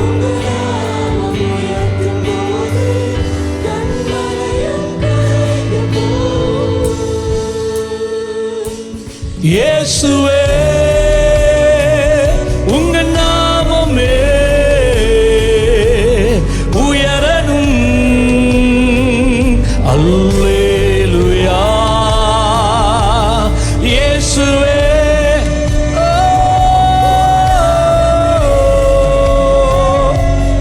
உயரணும், ஆமென், அல்லேலூயா. ஒரு முக்கியமான நேரத்துக்கு வந்திருக்கிறோம். இந்த கால வேளையில் முதலாவது பெற்றோர், தாய்மார், தகப்பன்மார் எல்லாம் உங்களுடைய பிள்ளை, உங்களுடைய பிள்ளைகளின் பிள்ளைகள், உங்களுடைய பின் சந்ததி விசுவாசத்தில் வளருவதற்குரிய திறவுகோல் உங்களோட கையில் தான் இருக்கு. எத்தனை பேர் ஆண்டவரே இன்று முதற்கொண்டு என் பிள்ளைகள், என் பேர பிள்ளைகள், ஆண்டவரே என்னுடைய வாழ்க்கையில குறுக்கிடுகிற எந்த மனிதனாய் இருந்தாலும் என்னிடத்தில் இருந்து அவர்கள் வாழ்க்கைக்குள்ளே இனி உம்முடைய வசனம் தான் போக போகிறது, அப்படி சொல்லுகிறவர்கள் சீக்கிரம் முன்ன வாங்க. கம் வாங்க. எந்த வாழ்க்கையில குறுக்கிடுகிறவங்க யாராக இருக்கட்டும், பேர பிள்ளைய நான் சுமக்கிறதா இருக்கட்டும், நான் என்னுடைய சொந்த குழந்தையை சுமக்கிறதா இருக்கட்டும், கற்பத்தில் ஒரு கருவாக இப்பொழுது என் குழந்தை இருந்தாலும் ஆண்டவரே நான் இன்று நான் உமக்கு என்னை தருகிறேன். எஸ், கருவாய் இருக்கும் போது நம்முடைய வார்த்தைகளை நான் விதைக்கிற ஒரு மகனாக, ஒரு மகளாக ஒப்புக்கொண்டிருக்கிறேன். அதே போல தீமோத்தேயு ஒரு வாலிபனாய் இருக்கும்போது, சிறுவனாய் இருக்கும்போது வார்த்தை வாழ்க்கையில முதன்மையா வச்சான். ஆண்டவருடைய அழைப்பு அவருடைய வாலிப பிராயத்திலே வந்தபோது அவன் அந்த அழைப்புக்கு தன்னை ஒப்பு கொடுத்தான். எத்தனை பேர் இந்த காலையில, ஆண்டவரே எத்தனையோ தடவை நீங்க என்ன அழைச்சிருக்கிறீங்க, ஆனா நான் உதாசீனம் பண்ணிட்டேன், இன்றைக்கு நான் என்னை தருகிறேன் என்று சொல்லுகிறவர்கள் கடைசியா சீக்கிரம் வாங்க, சீக்கிரம் வாங்க. இது உங்களுடைய சந்தர்ப்பம். நான் சொல்றேன், இந்த கதிரைகள் ஈழமண்டா கொஞ்சம் பின்னுக்கு எடுங்க பிள்ளைகளே. God bless you. கொஞ்சம் பின்னுக்கு எடுங்க. இன்றைக்கு அநேகர் வருகிறீங்க. எஸ், ஹல்லேலூயா. இந்த தீமோத்தேயுவின் மேல கர்த்தர் எவ்வளவா நோக்கம் வச்சாரோ, அன்பு வைத்தாரோ, பெரிய திட்டம் தீர்மானங்களை வச்சாரோ, அதே தேவை மாறவே இல்லை.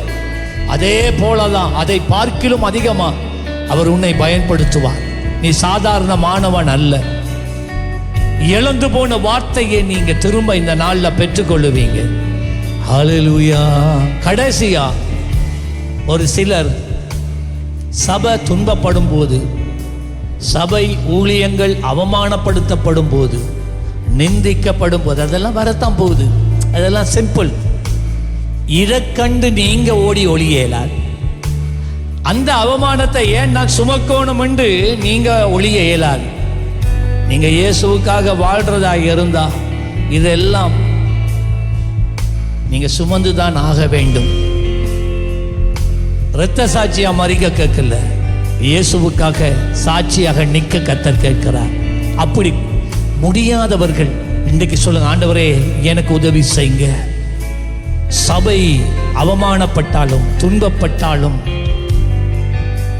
ஆண்டவரே விமர்சிக்கப்பட்டாலும் தீமையாக, நான் உம்முடைய ஊழியத்தை விட்டு நான் அகன்று போக மாட்டேன் என்று சொல்ற கடைசி நீங்கள் வாருங்கள், கர்த்தர் உங்களை அழைப்பார். ஹல்லேலூயா. ஜெபிக்க தொடங்குங்க. க்ளோரி. சிறைச்சாலை அடைப்பதில்லை, சங்கிலிகள் நிரந்தரம் இல்லை, உங்கள் நாமம் உயர்த்தும் போது அஸ்திவாரம் நிலைப்பதில்லை.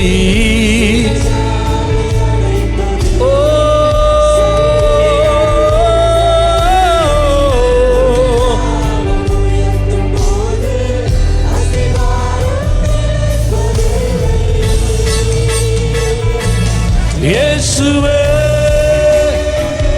உங்கள் நாமமே உயரணும். அல்லேலூயா. இயேசுவே உங்கள் நாமமே அப்பா உயரணும், பெருகணுமே. கரங்களை அசைத்து ஹல்லேலூயா, ஹல்லேலூயா, ஹல்லேலூயா, ஹல்லேலூயா. ஆவியாவே ஹல்லேலூயா, யாவே. இப்பொழுது நம்முடைய கர்த்தராகிய இயேசு கிறிஸ்துவினுடைய கிருபையும் பிதாவாகிய தேவனுடைய அன்பும் பரிசுத்த ஆவியானவருடைய அந்யோன்ய ஐக்கியம் உங்கள் அனைவருடன் கூட இன்றும் எப்பொழுதும் கூடவே இருப்பதாக. சேர்ந்து சொல்லுங்கள், என் ஆத்துமாவே கர்த்தரையே ஸ்தோத்தரி, என் முழு உள்ளமே அவர் பரிசுத்த நாமத்தை ஸ்தோத்தரி.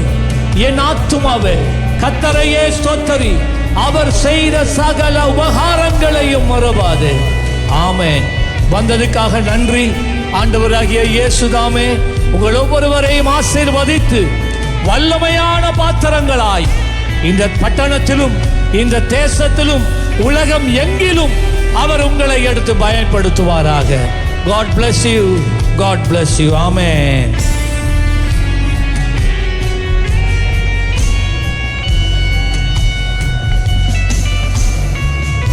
பிரியமானவர்களே, எமது ஆராதனையுடன் இணைந்திருந்தமைக்கு எங்கள் மனமார்ந்த நன்றிகளை தாழ்மையுடன் கூறிக்கொள்ளுகிறோம். இந்த ஆராதனை உங்கள் ஆத்துமாவுக்கு மிகுந்த ஆசீர்வாதமாக இருந்திருக்குமென விசுவாசிக்கிறோம். தொடர்ந்தும் எம்முடன் இணைந்திருங்கள். கர்த்தர் தாமே உங்களை ஆசீர்வதிப்பாராக.